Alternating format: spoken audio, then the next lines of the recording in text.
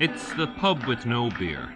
Every Sunday night in Kilkenny's Newpark Hotel, hundreds of people gather in the No Name Club for cabaret, disco, old-time waltzing, but no booze. None of these drinks contains any alcohol. Sitting drinking soft drinks all night doesn't perhaps seem to be an exciting prospect.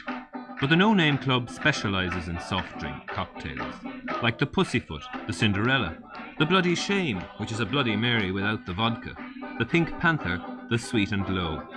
The club was founded to prove that alcohol was not essential to a night's enjoyment, that an early start and an early finish can be an attractive element, and that young people could be excellent organisers.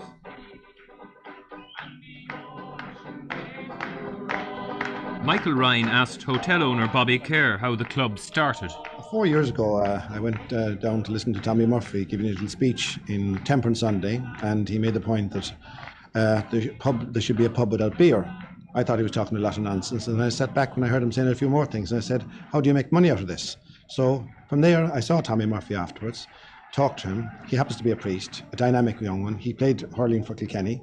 He knows his way around Kilkenny, and we would like people to come here and feel free to have a good time without the necessity of having alcohol as a stimulant. It sounds a most unlikely project. I mean, literally the pub with no beer. Did you have much trouble in having the thing accepted, getting people to come to it? Well, Kilkenny is a wonderful city, and would you believe that some of the pubs, in fact 4 of the pubs, have helped us out enormously. Langton's, the Perch, I don't know how many of them helped us with prizes and everything else. So we had the goodwill of the people, first of all. They felt that there was a need. And in actual fact, there is a market. Surprisingly enough, it makes money. It's a non-profit club, and due to the very good handling of the finances by one of our members, we make money every year. But the hotel makes money because, after all, the profit on the mineral and the non-beer situation is very high.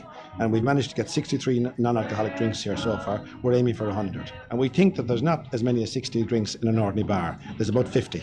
So we've just succeeded at that. But how about the atmosphere on the evenings when you're running the discos and the dances? Does it not smack of some do-goodwill? No, on the contrary. If you came in here any Sunday night and saw 500-600 people just whooping it up, I think you wouldn't say it was do-goodwill. Personally, I don't feel I'm doing good. I'm making money on it, and I'm not ashamed to say so. And the club is possibly doing good indirectly, and it's not a bad thing that people can feel they can come in here and enjoy themselves, and there's no pressures on them socially that they feel they must drink. It's not the kind of circumstance you associate with getting kids out of pubs. You usually associate that kind of thing with a drafty parish hall. Well, it's not drafty. This hall we're in tonight happens to be, thank you for giving me that opening, happens to be new. It's our first night here because we had to build it, because we're getting 500 and we often let 100 and 200 people outside that door on Sunday night. Now we have a hall that'll take 650, and I'm delighted to be able to say the No Name Club was the reason that I built this hall, solely because on Sunday nights it's needed now. Will it work elsewhere? Well, it has worked elsewhere, funnily enough, and it will work if the committee members are prepared to work. If they're not prepared to work, I think that they shouldn't even try it.